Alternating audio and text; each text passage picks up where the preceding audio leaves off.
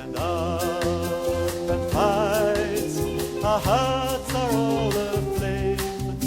The new life is coming to put the past to shame. Your happiness is part of the sunlight. 1,000 cries will rise into a clamor that will proudly sing, and we cannot be wrong.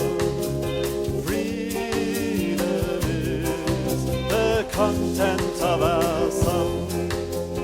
Now is the time for the people to rise up in struggle and utter their war cry. And once, unido, jamás será vencido. El pueblo unido, jamás será vencido. Our country is right. And I think what's interesting is that the movement came and he delivered music in step with the movement. Cornelius Cardew wanted to talk to the audience, to appeal to the audience. It has been really exciting seeing other people's engagement with his life, the things that strike them the most, and for them to pose new cultural problems, new cultural expressions. In the south, they are together.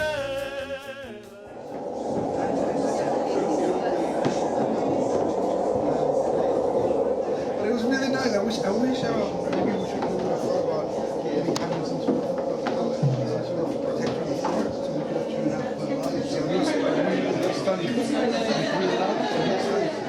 I'm delighted to welcome you all to the engine room, our celebration of the life, the work and the legacy of Cornelius Cardew. He was a revolutionary, he was somebody who wasn't afraid, he crossed boundaries, got sacked, and we must learn from that, because new knowledge, new learning comes from being brave in that sort of way. So thank you all for coming, and I hope you will continue to participate.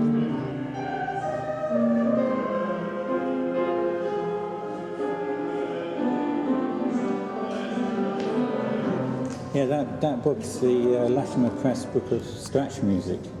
Yeah, that's the original book. It's got this battle of ideas. To fight the enemy, we must know where he is. Cornelius Cardew was, from quite a young age, an important and leading figure in, first of all, British experimental music, and then as one of the leaders of the European and US avant-garde. Here at Morley College, he tutored the experimental music class from 1968 to 1973, and it was during that time that the Scratch Orchestra was formed in 1969, actually.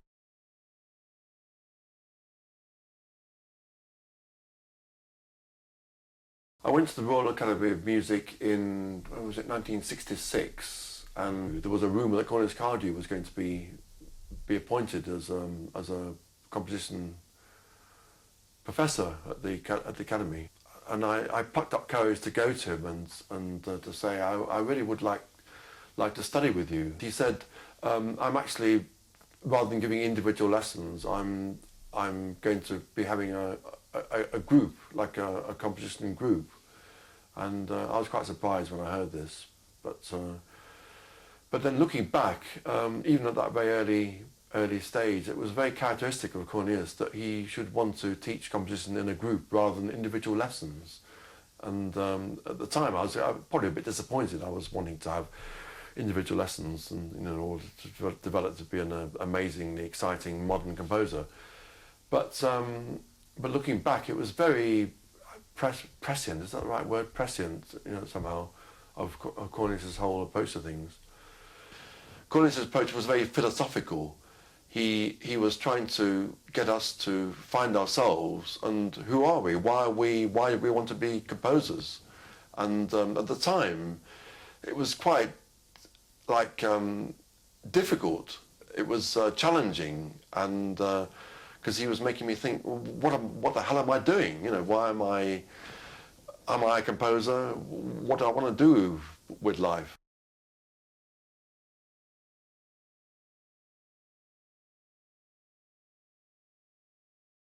And then you appointed him as a professor on the staff. What led you to think that would be a success? I don't think I ever thought that it would be a success, but I thought that it would be desirable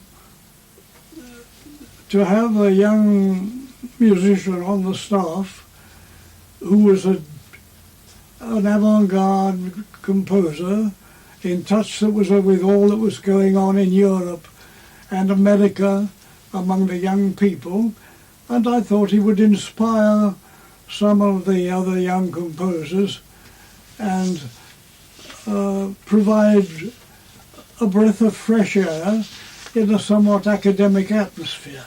Yes. And I think he did that, though I must say that his methods of teaching composition were sometimes very peculiar.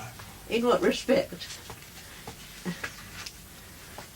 Well, one of the curious things that he did was to lock up his composition class for an hour and leave them in the locked room, and then come back and let them out, having absented himself during the time in which he was supposed to be teaching them. When you appointed Cardew as a professor, there was some opposition, wasn't there, from other people, professors and so on. What made you feel that it was the right thing to do? I thought that he had very strong intellectual gifts, and that he was a reliable representative of tendencies that were very influential at that time, partly influenced by John Cage. Many people thought them very silly and non-creative,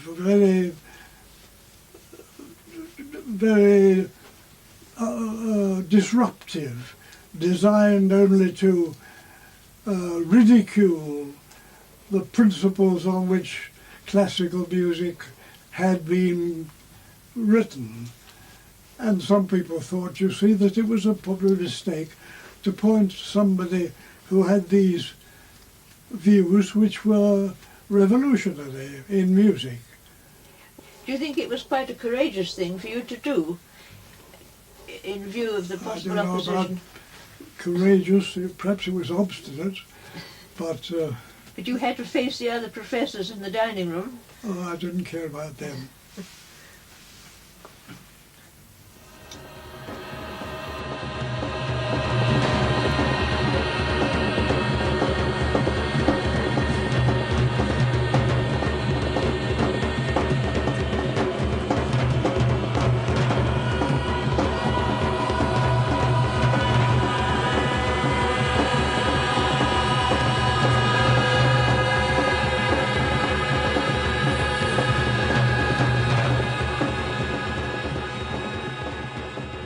So did you all know Cornelius beforehand and came because he was making music? I mean, I met him in March '68, and you were a pupil of his. I was a pupil at the Royal Academy, Yeah. so I met him in... I knew him before any of you. Yeah, It must have been '67. Carol was a pupil of his mother. I was interested because Merce Cunningham dance troupe or group had come the year before, and it was the first time I ever heard any kind of modern music, and they were doing stuff, dancing to John Cage music, and that was when I first found out about that. So I really knew nothing apart from I'd heard John Cage, and then went to that class and was persuaded it was okay. You didn't have to be a musician, or you didn't have to have an instrument. We just used to come and bring pieces and ideas and just get them performed. He would set projects Yes, in you'd the go first off few weeks. and write something, compose something, and bring it back. And then I became aware of these improvisation rights.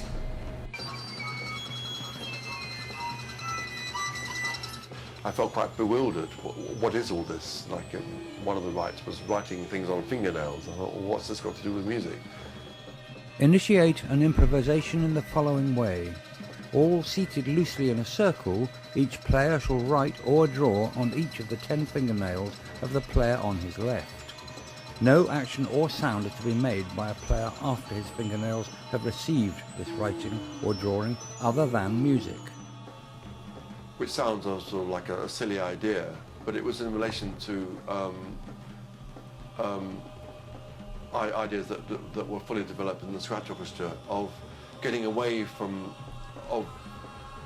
the idea of the composer writing a score and the faithful performer playing it and the audience being very moved or whatever, towards an idea of dissolving these traditional relationships and creating a music that everybody took part in and had for want of a better word, a communal aspect to it. Mainly think in rhythms. Pursue rhythm with melody. When your mind is of melody only, empty it. Investigate Pass the time. spaces with a If passing time bores you, pause to listen. If listening to time passing bores you, Each person present attempts in turn to pass the business end of a plastic drink stirrer between each extreme string all and the performers resonant sit box in a of the circle. guitar. Instruments, she if any, or he- within the circle. All sit perfectly still. Eye movements, blinking, twitching, breathing, etc. do not count as movement.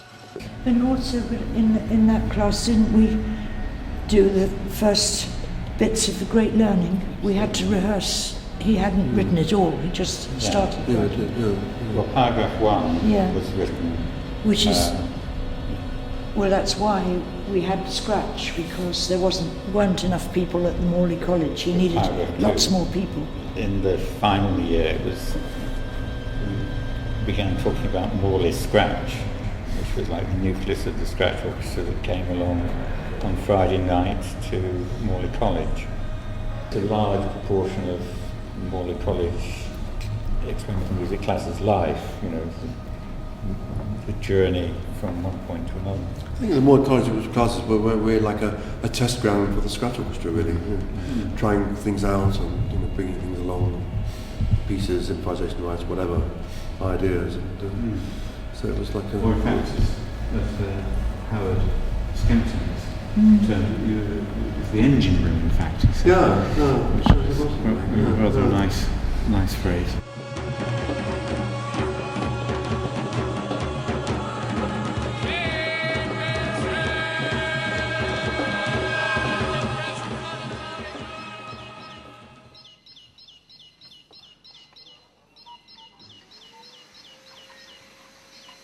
We wanted to break the monopoly of a highly trained elite, so we made a music in which anyone could participate regardless of their musical education.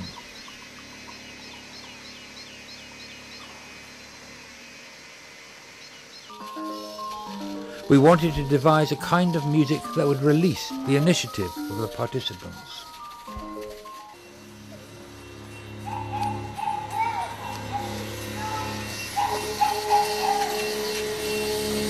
The essence of scratch music is that people are asked to write accompaniments. So each person writes accompaniments and plays these accompaniments, and everybody else plays their accompaniments together. So in fact, this whole body of sound that makes up a lot of people playing scratch music could be used as a background for somebody playing a solo.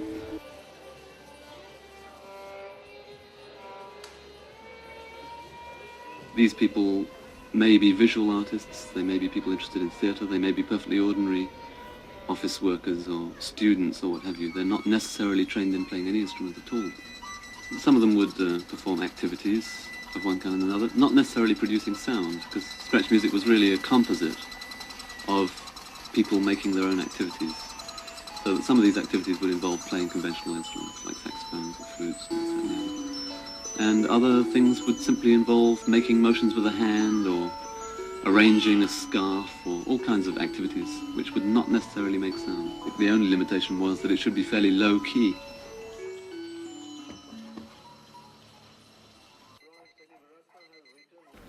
So as to allow somebody who wanted to express a solo to be able to do it on top of several people playing scratch music. Here stated that Sri Lankan state is killing its own people with arms obtained from... So there's been quite a lot written about the scratch orchestra as a large body of experimental musicians and so on. I think it can be succinctly defined as a turning point because it marked the kind of politicization of all those involved. The scratch orchestra had mixed receptions in the sense that it was totally new. So people were hearing something totally different. So that when there was discussion about like who decides what concerts to put on, how things are organised, and in the tour of the northeast of England, why Newcastle City Council should want to ban the scratch orchestra from playing and get the police to sort of bar the way to the hall so we couldn't play. There was questioning, you know, why this was so. But it's like it became more conscious, more connected with an analysis of what was going on in the world, and everyone was politicized to greater and lesser extent. But Cornelius Cardew moved on, the scratch orchestra generally moved on, and this was kind of an affirmation of its identity in new circumstances. Especially when there was extra deployment of army men. The attack could not have been done.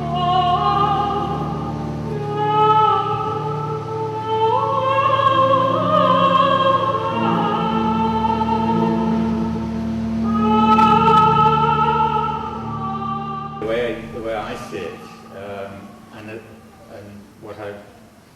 what I think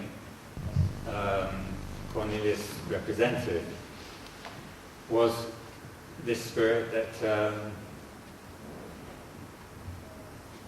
you know, everything affects a musician, especially like the state of the world it is today.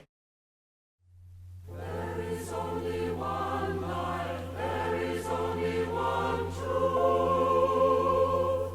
There is the lie of revisionism and opportunism of all youth, the lie of imperialism and reaction. And there is the truth of Marxism, Leninism, of revolution and socialism. There is only one life, there is only one truth. Arrived in Toronto in all of its autumnal splendour in the beginning of October, and we were unsure about what would happen, how things would go. We didn't know the Canadians, we didn't know the musicians or the poets or anything. And the plan was, though, to work together on some joint work. The entire concert was made up of new things, produced from the beginning of October to the 7th, which was the first concert. And Hardy Urbains, who was mentioned earlier, was always inspiring and enlightening in this process. So what was produced was a songbook, which I have a copy of. And there were, in fact, 78 poems published in this. Cornelius transcribed all of the songs that appeared in it. And in fact, 35 of the poems were set to music. Their thirst for profit, there amongst these fighters, you will find my boat. À la Colombie britannique, do you call it des droits de l'homme?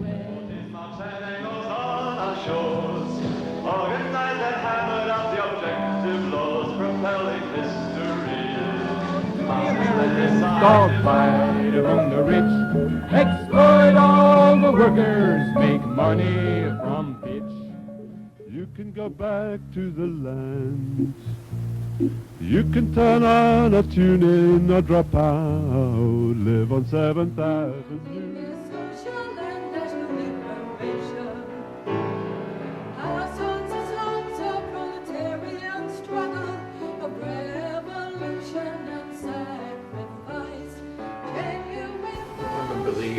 Tours being a complete whirlwind of ideas, new ideas. Also a whirlwind in the sense that we travelled, thousands of miles all over Canada. So we would be rehearsing, like overnight car trips over the prairies and things, rehearsing the new songs. And then when we did get some sleep, when we got up for breakfast, with being new poems to set. In fact, I remember one of someone's poems that I was setting. Hardy or Baines actually suggested that made a few suggestions, almost like a musical. Why not use a musical style? And as far as telling stories about Cornelius and his life is concerned and so on, the most important thing which I found about him was this social side, that he was one in all situations with everyone. When the concert was given in Toronto, there were night before there was nothing, and how a performance is put that evening. We did have performance. It was for 3 hours, and people did applaud. All these are concrete facts. So if you don't have that social side, and it's not just Cornelius, I found the comments from Britain all very precious in this respect. British working class, you have a fine history. Fierce battles waged against a vicious enemy with great determination. British working class aspires to revolution in the face of attempts to crush this aspiration of socialism in Britain.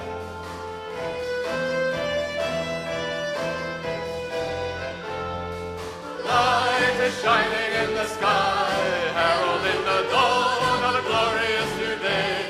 British working class, your revolutionary force to build our socialist life. We have no false euphoria or expectations of any victories in relation to the grave problems which confront the people, or the difficulties to be overcome, and the sacrifice which has to be made.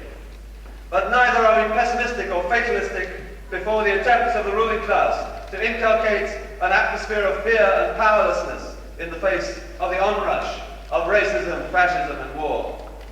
The very fact that the British and other reactionary powers have racism as a preferred policy, are developing fascism and preparing for war, shows not their strength, but their weakness in the face of their deepening crisis and the rising struggles of the people. So yes, so once you listen to the sort of opening address of the June the 7th conference, which catalogues what was going on in the country at the time. Yeah.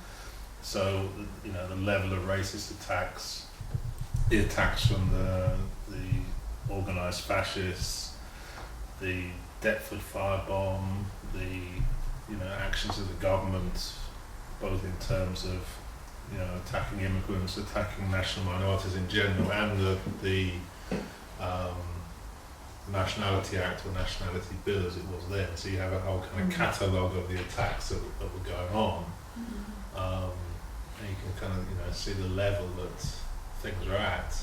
But also you see the sort of level of the parties organising and the politics that it was putting forward to deal with the threats as they existed. So both can bring back the intensity and political level and political consciousness that existed there. And so I think that makes it particularly powerful. What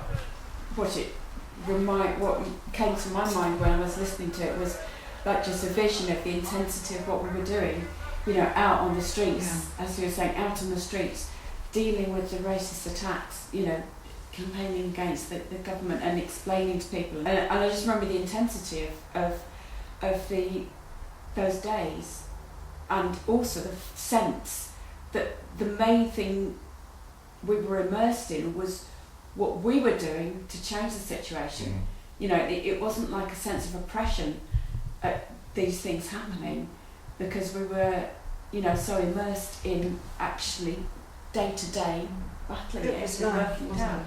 it? It was really almost every moment of every day was the engagement with the struggle and the need to be conscious of that and consciously active, and to feel that sense of unity with, I think, with other members of the party at the time, and members of the community was gave a great deal of energy, in fact. I used to find these little fragments, like on the back of a bus ticket, few little notes, and certainly when he was in prison, he's, you know, hard to get hold of paper, so he said he'd play the organ in, so that would allow him to play, yes, but also to get paper and prayer sheets, and he composed on the back of those whilst he was inside. I remember when he came out, I went to meet him because I was going to work, but he came out early, and he'd asked me to bring some papers with me, and he was released with, at the same time as 2 Iranians, and he wanted the paper for the Iranians. So he was already working. You know, he hadn't put one foot outside, and he was already, you know, his mind was there. It was a task to be done. And, we had a brief breakfast, and he was off.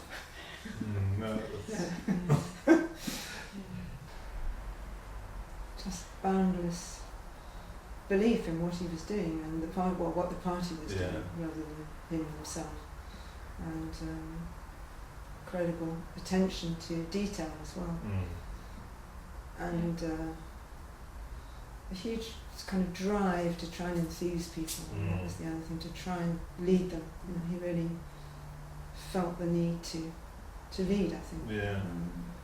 Not again really about him, but about just such a strong belief in the party, and that, you know, we were going to change things, that it was possible.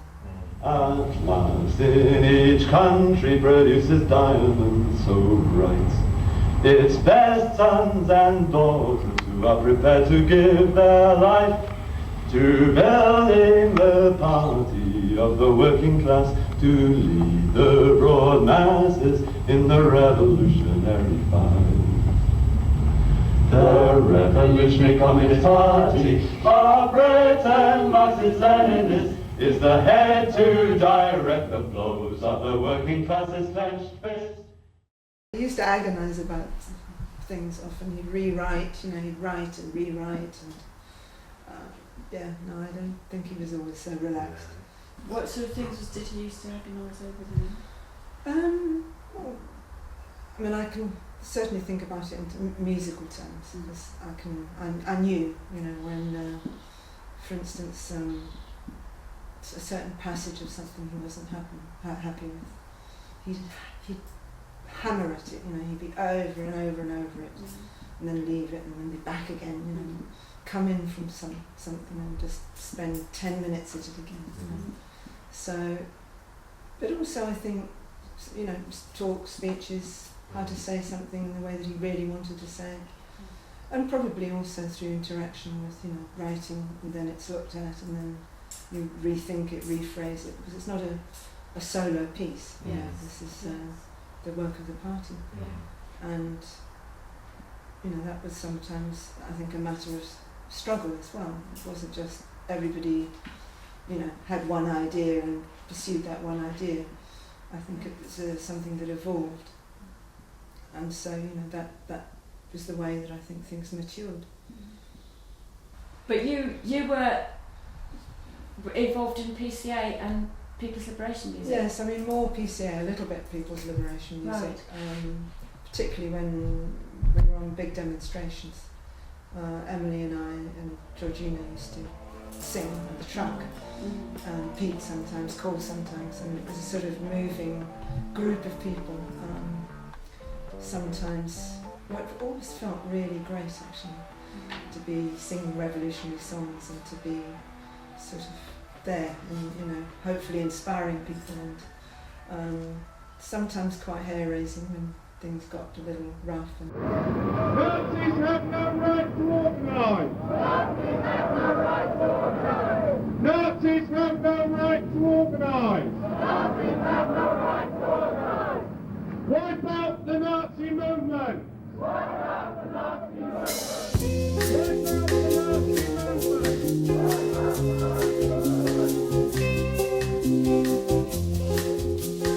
the Nazi movement! Stand up and sing, for victory will come. The banners of union assemble in the sun, and you'll be there beside me on the march. Then you'll see the banners and the singing bursting forth the dawn, whose coming we proclaim. Red as blood, its rays set us aflame.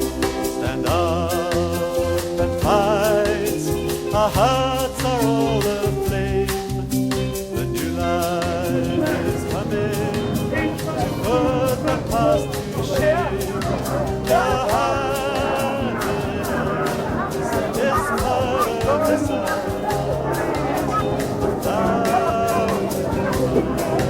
Will rise into a heaven and will proudly sing, and we cannot be wrong.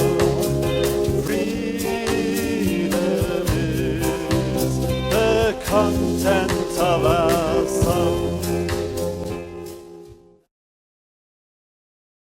What a cultural worker is going to choose, which theme and from where.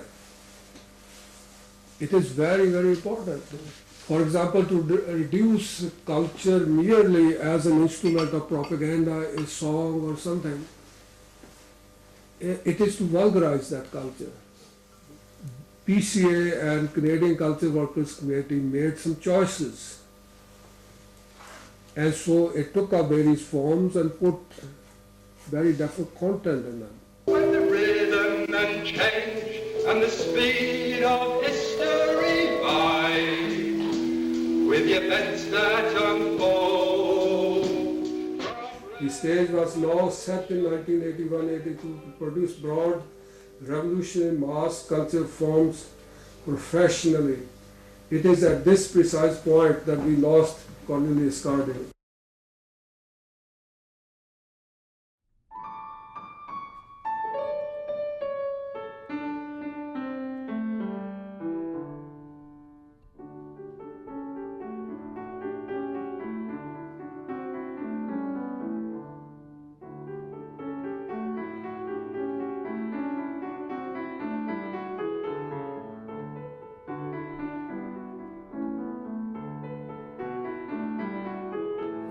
It's very easy to make museum pieces out of really important people and movements, but unless it's engaging with the present, I think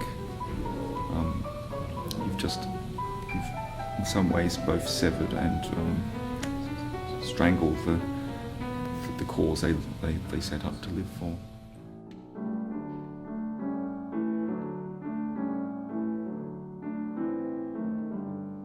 He was a rebellious student,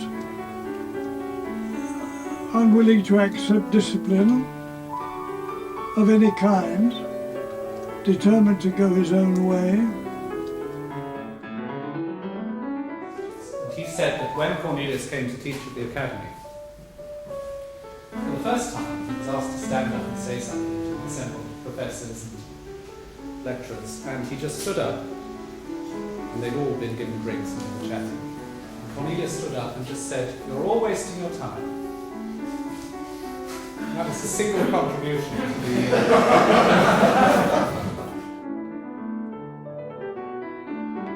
It seems to me that everything he did, regardless of whether you liked it or approved of it or not, was something that, because of, first of all, what it was, and secondly, the way in which he did it, the kind of authority and presence that he brought to it, it was something that you had to respond to.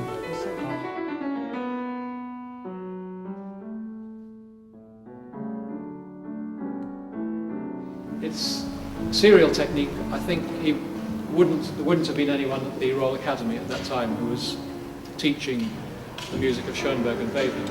So I guess he discovered all this for himself.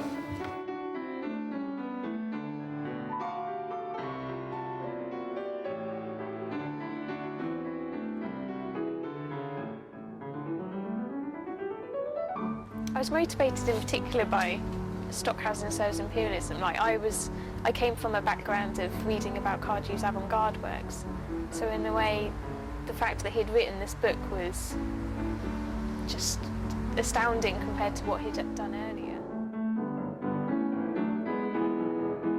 That also corroborates the fact that Cornelius Cardew wanted to talk to the audience, to appeal to the audience. You don't get the expressionist take that says, let's attack the audience, feel my pain, you're going to feel it now. There is no pain for the audience.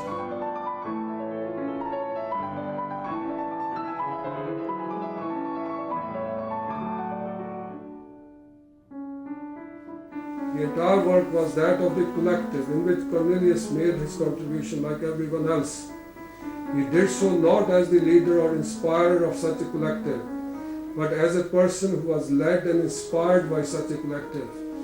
It can be said that this quality of his working under the inspiration, the leadership of the collective, was his greatest virtue.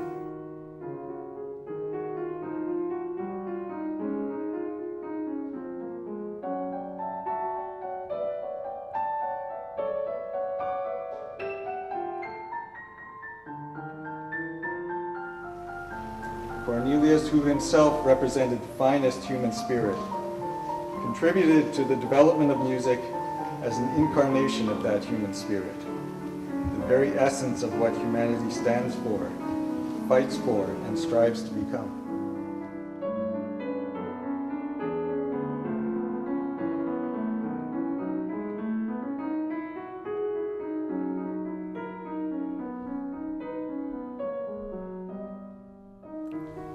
He always put his words into deeds, as many of us decided we had to do.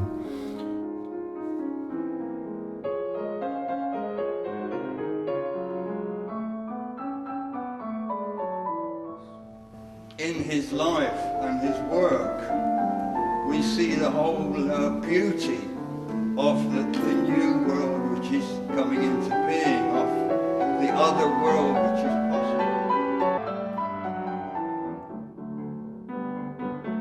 Just such a strong belief in the party and that, we were going to change things, that it was possible.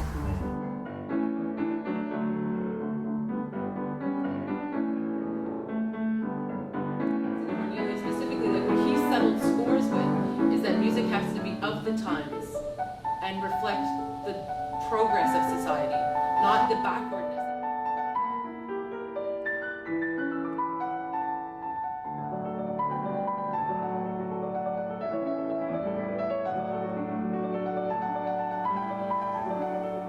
There is no doubt about where Cornelius Cardew would have been now. He would have been in the thick of the struggles of the people, going against the prevailing stereotypes of what a composer should be, and demonstrating for all that politics is life, life is culture, and that there is no false dichotomy between culture and politics.